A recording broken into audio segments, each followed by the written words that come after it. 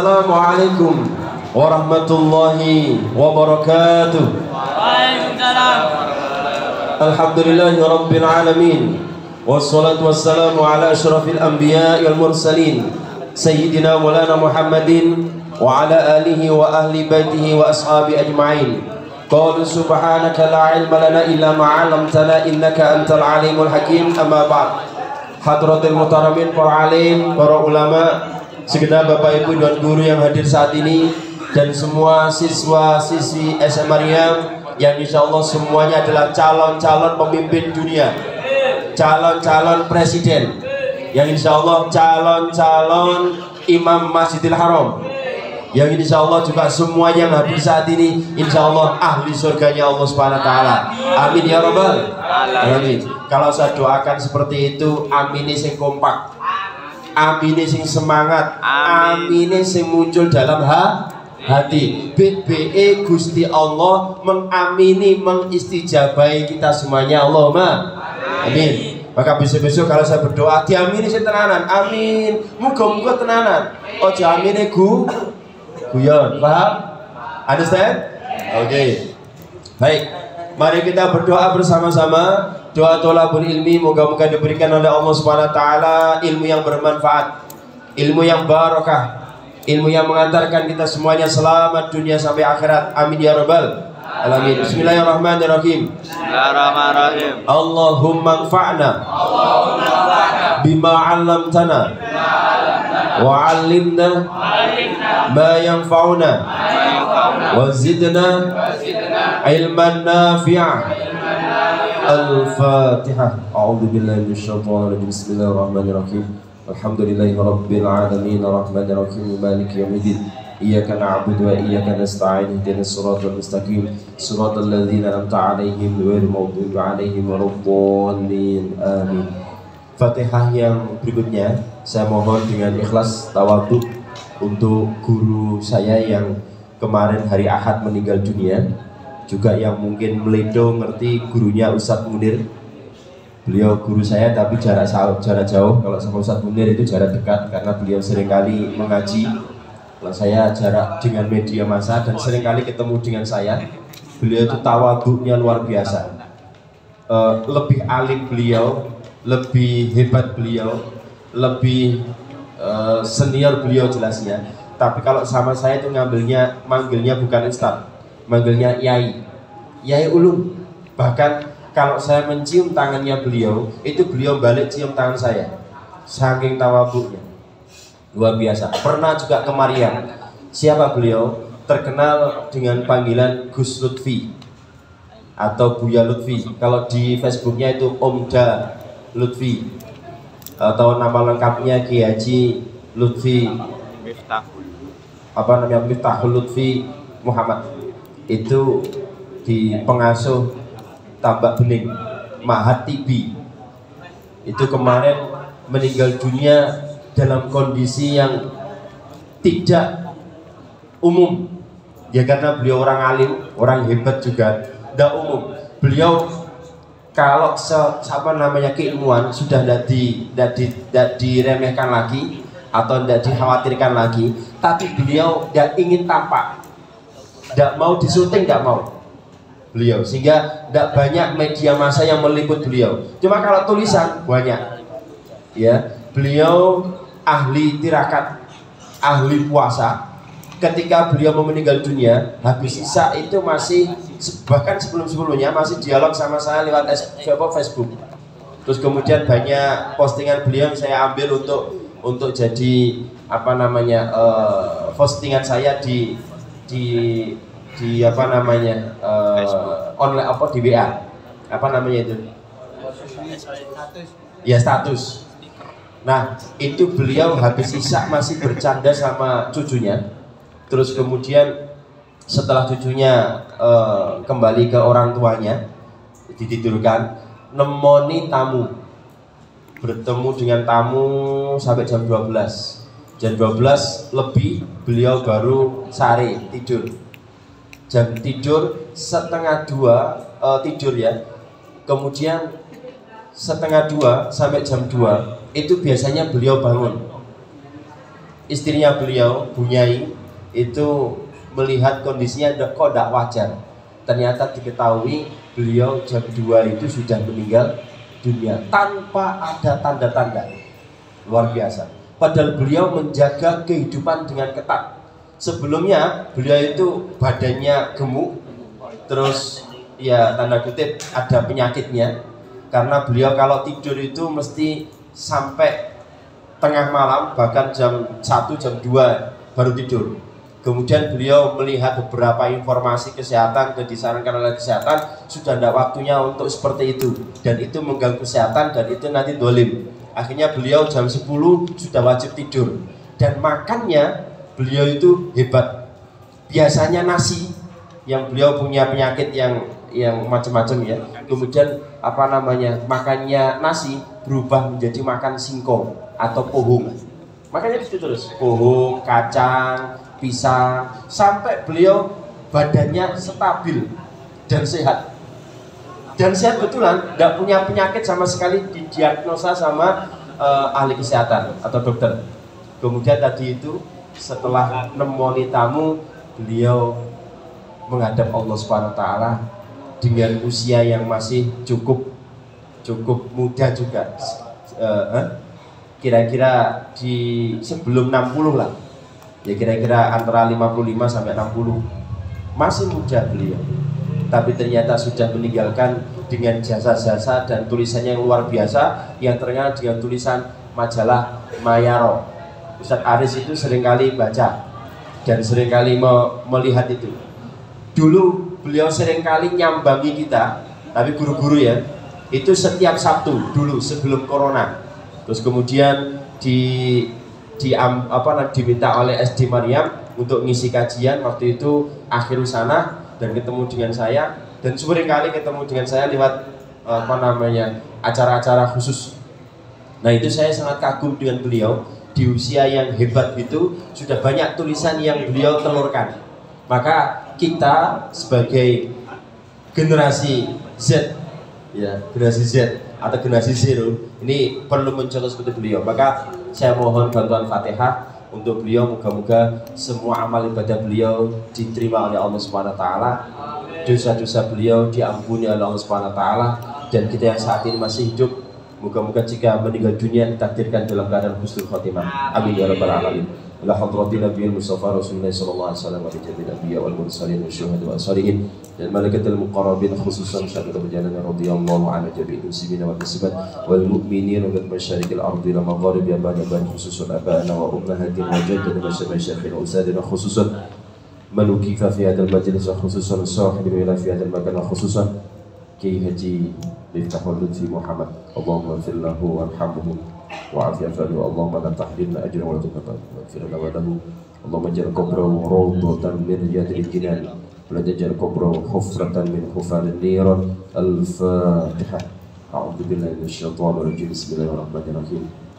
Alhamdulillahi rabbil alamin. Arrahmanir rahim. Maliki yaumiddin. Iyyaka na'budu wa iyyaka nasta'in. Ihdinas siratal mustaqim. Siratal ladzina an'amta 'alaihim ghairil maghdubi 'alaihim waladdallin. Baik, terima kasih.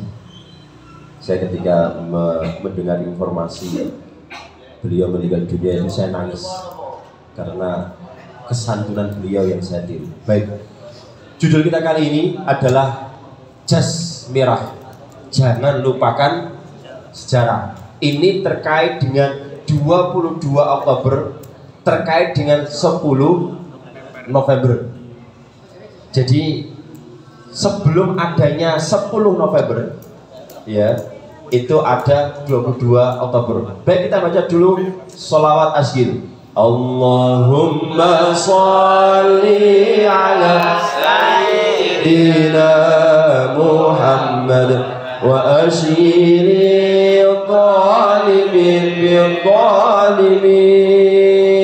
Allahumma sholli ala sayyidina Muhammad wa asyiri zalimin bil-zalimin wa akhrijna min bainihim salimin wa ala alihi وصحبه أجمعين. Allahumma sholli ala sayyidina Muhammad. Baik, jas merah, jangan lupakan sejarah. Ini penting sekali. Jadi sempat hilang dari realita sejarah adanya resolusi jihad, sempat hilang. Alhamdulillah akhir-akhir ini, kira-kira 2-3 tahun ini, muncul resolusi jihad yang terkenal dengan tanggal 22 Oktober, yaitu Hari Santri. Kalau seumpama tidak ada fatwa dari Mbah Hasyim Asy'ari terkait dengan resolusi jihad, terus tidak akan muncul yang namanya 10 November, koyoane Indonesia belum bisa merdeka, alias masih dijajah. Loh Pak, 17 Agustus itu kan hari kemerdekaan. Iya, 17 Agustus itu memang diproklamirkan oleh beliau, proklamator kita, yaitu Bapak Soekarno Hatta. Pak Soekarno yang pasnya itu memproklamirkan terkait dengan 17 itu adalah hari kemerdekaan Indonesia. Ya, tapi apakah penjajah berhenti? Tidak. Penjajah ketika diproklamirkan yang namanya 17 Agustus, yang kemudian orang-orang Arab, pemerintahan Arab mengakui, termasuk Palestina, mengakui bahwa Indonesia merdeka, tapi penjajah tidak berhenti, masih menyerang. Yang namanya penjajahan dari Belanda, Inggris, masih mengirimkan yang namanya tentaranya, nikah dan lain sebagainya. Yang di sana dipersenjatai lengkap, ono tanki, ono meriami, ono pelurune, ono tembak, semuanya lengkap. Akhirnya kemudian Pak Soekarno dalam rangka melihat, wah ini ya opo, jadi ini wis merdeka tapi jadi serang karo Belanda. Akhirnya minta fatwa kepada Mbah Hasyim Asy'ari. Mbah Hasyim, Kiai Hasyim, ini bagaimana ini? Wis, ini saya tak istikharah dulu karena kiai. Saya tak istikharah, saya mengumpulkan beberapa ulama untuk membahas ini. Akhirnya di istikharah membahas tanggal 22 Oktober itu muncul yang namanya resolusi jihad. Wis, kita harus memantapkan diri, muncul yang namanya resolusi jihad. Resolusi jihad ini namanya apa? Silakan ditulis. Resolusi jihad ini ada 5 hal. Ini yang penting. 1, kemerdekaan Indonesia. Kemerdekaan Indonesia yang diproklamirkan pada tanggal 17 Agustus. Kemerdekaan Indonesia yang diproklamirkan pada tanggal 17 Agustus 1945 wajib dipertahankan. Yang pertama disampaikan dalam resolusi jihadnya itu fatwanya para ulama, khususnya Mbah Hasyim Asy'ari. Itu harus demikian. Sehingga kemerdekaan itu harus dipertahankan dengan apa? Nyawa. Oke, 2. Kita ulang lagi yang pertama. Kemerdekaan Indonesia yang diproklamirkan pada tanggal 17 Agustus 1945 wajib dipertahankan. 2. Republik Indonesia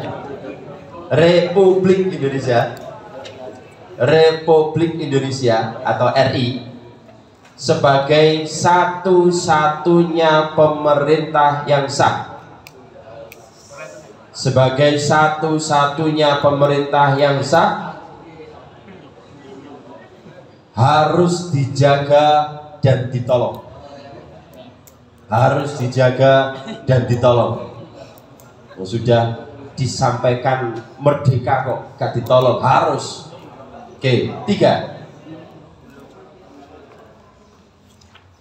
Sudah siap? 3. Oke. Ada lagi, Republik Indonesia sebagai satu-satunya pemerintah yang sah harus dijaga dan ditolong. 3. Musuh Republik Indonesia, musuh Republik Indonesia adalah Belanda yang kembali ke Indonesia, musuh Republik Indonesia adalah Belanda yang kembali ke Indonesia dengan bantuan tentara sekutu. Musuh Republik Indonesia adalah Belanda yang kembali ke Indonesia dengan bantuan tentara sekutu.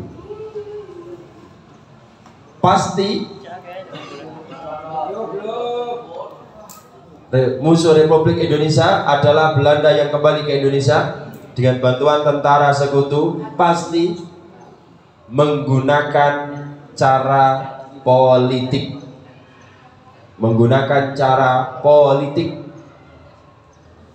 dan militer, menggunakan cara politik dan militer untuk menjajah kembali Indonesia, untuk menjajah kembali Indonesia.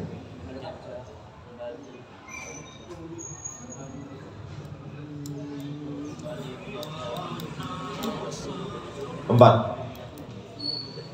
Sudah siap? Empat. Siap. Empat. Umat Islam wajib mengangkat senjata. Umat Islam wajib mengangkat senjata melawan Belanda, melawan Belanda dan tentara sekutu, dan tentara sekutu yang ingin menjajah Indonesia kembali. Umat Islam wajib mengangkat senjata melawan Belanda dan tentara sekutu yang ingin menjajah Indonesia kembali. Itu harus dilawan. Dilawan pakai apa? Semua yang punya. Terakhir 5. 5. Kewajiban ini 5. Kewajiban ini merupakan perang suci. Merupakan perang suci.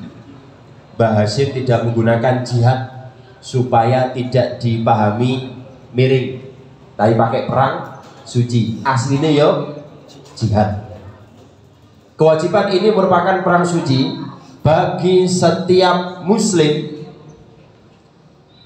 bagi setiap muslim yang tinggal dalam radius 94 km. 94 km dari Surabaya waktu itu. Jadi 94 km radius yang mulai dari sini kira-kira Malang, Jombang, Jawa Barat dan seterusnya. Itu yang kira-kira ada radius 94 km bantu. Bantunya pakai apa? Yang bisa tenaga sing nom-nom, sing gurung tuwek-tuwek, belum STW, wajib ikut perang, ngangkat senjata. Ya. Yang tidak punya apa namanya senjata atau tidak bisa apa-apa, bantu lewat ngasih makanan. Ya. Dan rata-rata mohon maaf, yang dikirim itu adalah santri, sarongan. Ya kayak saya tadi di sarongan. Ini kan rata-rata celonoan. Sarongan, dan sarongannya ya mohon maaf, bloder-bloder, delewer-delewer. Namanya santri dulu ya. Santri dulu kan tidak seperti santri sekarang. Santri sekarang itu rata-rata kalau bayar antara 500 1 juta. Sehingga kalau jadi santri itu ya ambune rodok aman. Nek santri di bawah 500 itu biasanya ambune rodok lebus. Ya kita maklumi. Tapi senajan seperti itu, itulah santri. Belum sakti waktu itu, tapi setelah keluar jadi sakti. Dikirim oleh Mbah Hasyim Asy'ari menuju ke Surabaya, dan sebetulnya tidak hanya arek-arek Surabaya tok. Arek Surabaya waktu itu kecil. Yang paling banyak adalah seluruh Jawa Timur. Bahkan dari Jawa Barat dikirim ke Surabaya yang dipimpin oleh Mbah Abbas Abdul Jamil Buntet dari Cirebon, Jawa Barat. Kok Pak, kok ndak ngirim dari Surabaya atau dari Jawa Timur? Mbah Abbas ini yang terkenal sakti, dogdeng. Ya, ini tolong dengarkan dan dicerna betul. Sangat dogdeng, sangat sakti, terkenal hebat. Dikirim oleh Mbah Hasyim Asy'ari untuk ke Surabaya memimpin para santri. Dan santri anehnya hanya dibekali bambu runcing. Logika militer tidak akan bisa menyampaikan bahwa tidak mungkin menang. Dengan bambu runcing, musuh dengan tank, musuh dengan tembak peluru meriam, tidak masuk akal. Tapi dilalah kersane Gusti Allah, ternyata kok bisa menang. Kenapa? Karena santri ketika bawa bambu runcing ini mesti dongani, diasmai. Dan santri ketika melemparkan yang namanya bambu runcing dipeseni, baca hasbunallah wa ni'mal wakil, hasbunallah Wa ni'mal wakil, ni'mal maula wa ni'man nasir, hasbunallah wa ni'mal wakil, ni'mal maula. Melempar yang namanya bambu runcing sambil baca apa namanya hasbunallah wa ni'mal wakil, ni'mal maula, ni'man nasir. Akhirnya bambu runcing ini itu dilemparkan iso daleki musuh dhewe. Bayangkan, hari dilemparkan ya biasa, tapi ternyata bambu runcing ini daleki musuh dhewe, jrep, bahkan iso nyujeni kaya sate, plus. Kok bisa? Itulah sesuai dengan surat Al-Anfal ayat 17 yang Gusti Allah di situ menyampaikan, iya koyoe awakmu sing melempar, tapi aslinya sing melempar adalah Gusti Allah. Luar biasa. Nah, yang hebat lagi, Mbah Abbas Abdul Jamil Buntet ini, beliau ada perang sewante sing ngene ana bom anu santai beliau jalan set. Padahal kono silveran. Si namanya tembak, bom, silveran. Beliau mencari tank. Tanknya diapakno? Tanknya dikampleng, peleng. Langsung sing tank macet. Dan ini tidak ada di sejarah. Dan pasti ditutupi oleh sejarah. Iya, dikampleng, peleng. Langsung kemudian si jenenge tank macet. Dan beliau menurut informasi lagi bahwa apa namanya kacang hijau. Buat apa Pak? Apa gawe kolek? Enggak. Kacang hijau dibuat untuk melemparkan, ada yang memberikan informasi pesawat, ada digunakan untuk melemparkan tank. Langsung meledos. Kacang hijau. Saiki kalau kalian bawa apa namanya, bukan kacang hijau, bawa jagung, kok dilemparkan jadi popcorn? Ya, jadi popcorn. Soalnya dilempar nang gone wajan. Jadi popcorn, hebat. Maka ini jangan melupakan sejarah. Kalau kita demikian, maka akan menjadi orang-orang yang hebat. Nah, sejarah itu di dalam Al-Quran disampaikan 2/4 sampai 3/4 itu rata-rata adalah berbunyi sejarah. Sejarah daripada masa-masa lalu Nabi Adam sampai Nabi Muhammad SAW. Kemudian Kanjeng Nabi 13 tahun di Madinah, mohon maaf, 13 tahun di Mekah, 10 tahun di Madinah, itu juga umumnya sejarah. Dan sejarahnya Kanjeng Nabi sangat amat berlika-liku yang nanti menjadi teladan kita bersama. Maka apa yang harus kita ambil dari sejarah ini? Ayo kita ini ikut perang. Perangnya pakai apa Pak? Jihadnya pakai apa? Tidak perlu pakai bedil. Ya, tidak perlu pakai bedil. Pakai apa? Pakai tulisan. Kalian harus rajin belajar, sing tenanan untuk ilmu. Dan jihad kita adalah jihad sosmed, sosial media dijihadkan. Ada informasi terkait dengan beberapa hal, mungkin terkait dengan Israel, share. Saya ngomong Israel walaupun ping 100 aman. Ya, ono informasi Israel yang kemudian kurang pas, sampaikan itu. Atau tentang masalah dunia semangka, sampaikan itu. Atau terkait dengan tulang lunak, sampaikan itu.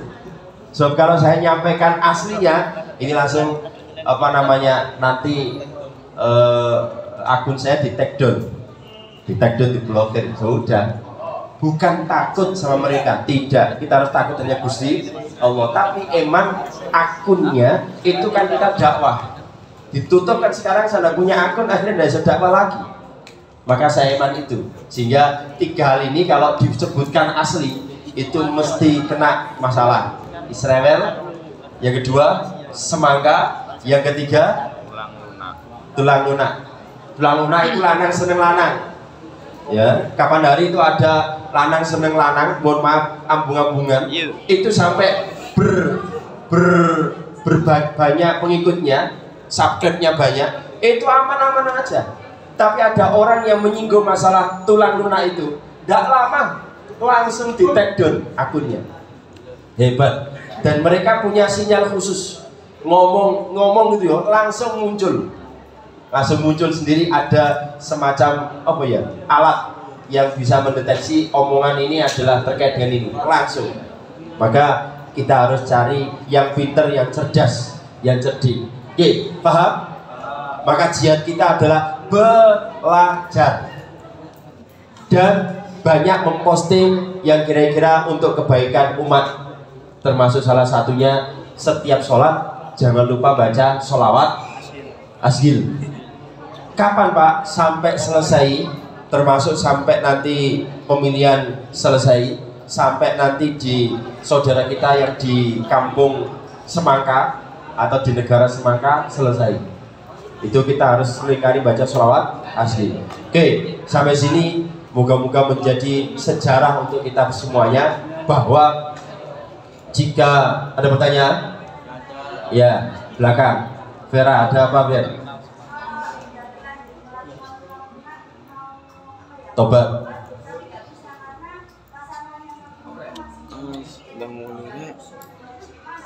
Ya, bagus, pertanyaan bagus. Kalau sudah ikut atau sudah menjadi perjanjian MOU dengan tulang lunak, lanang seneng lanang, wedok seneng wedok, sementara sudah dapat informasi seperti ini dan saya pengen berubah Pak, sementara dia punya energi negatif, bagaimana?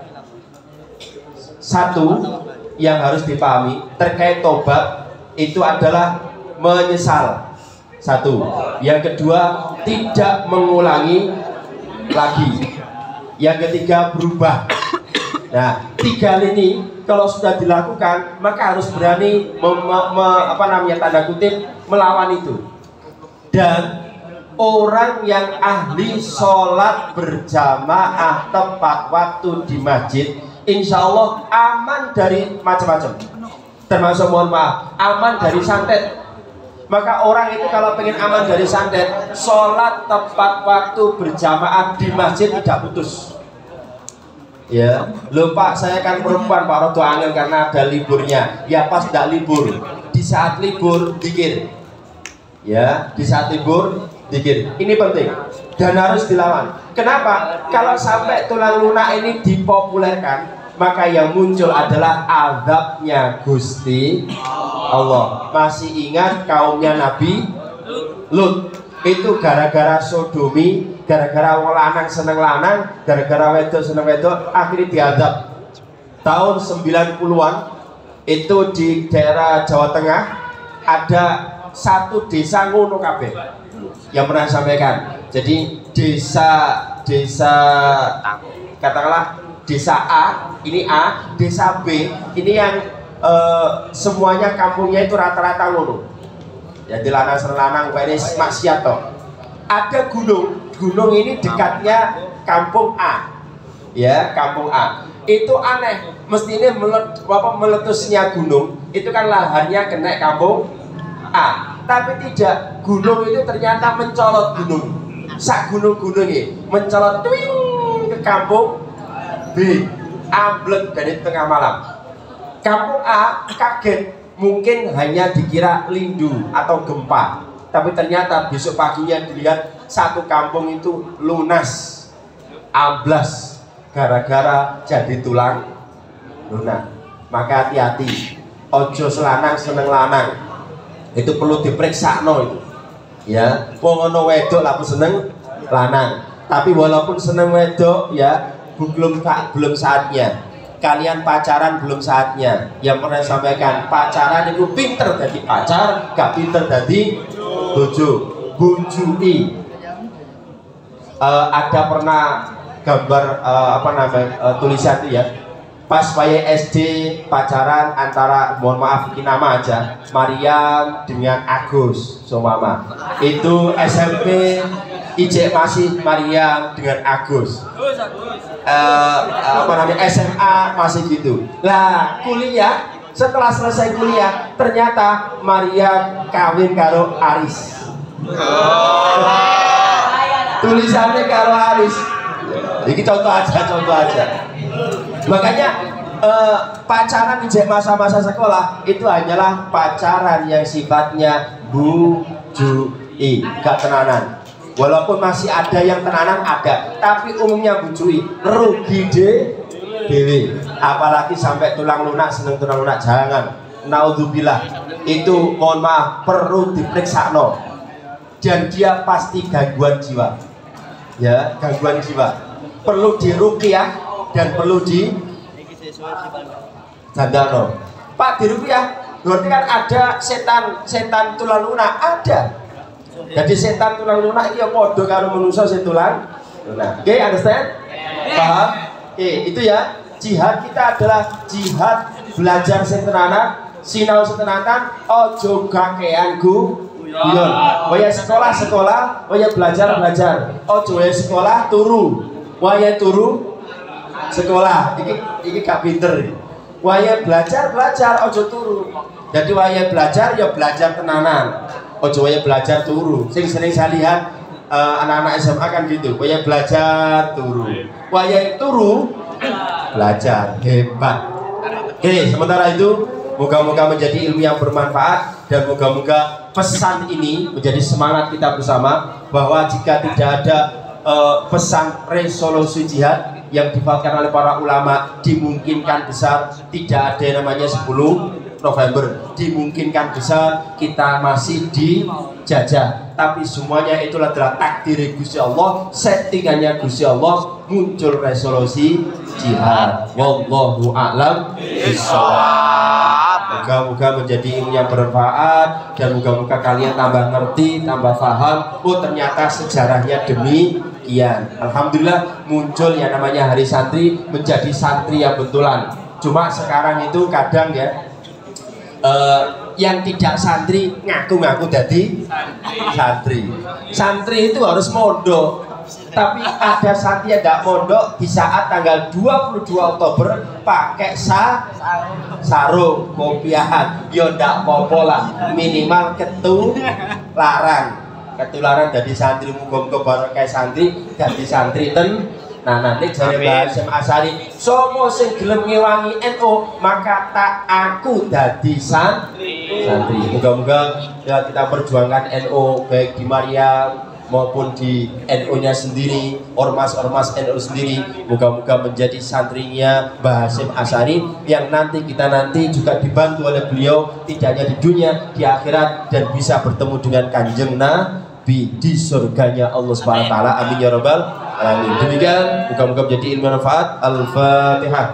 A'udzubillahi minasyaitonir rajim. Bismillahirrahmanirrahim. Alhamdulillahi rabbil alamin arrahmanir rahim maliki yaumiddin. Iyyaka na'budu wa iyyaka nasta'in. Ihdinas siratal mustaqim. Siratal ladzina an'amta 'alaihim ghairil maghdubi 'alaihim waladdallin. Amin. Istighfar. Astaghfirullah rabbal baraya. Astaghfirullah minal khataya. Rabbi zidni ilman nafi'an wa wafiqni amalan salihan. Astaghfirullah baraya.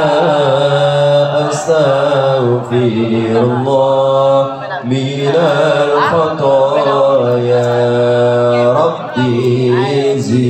زدني علما نافعا ووافقني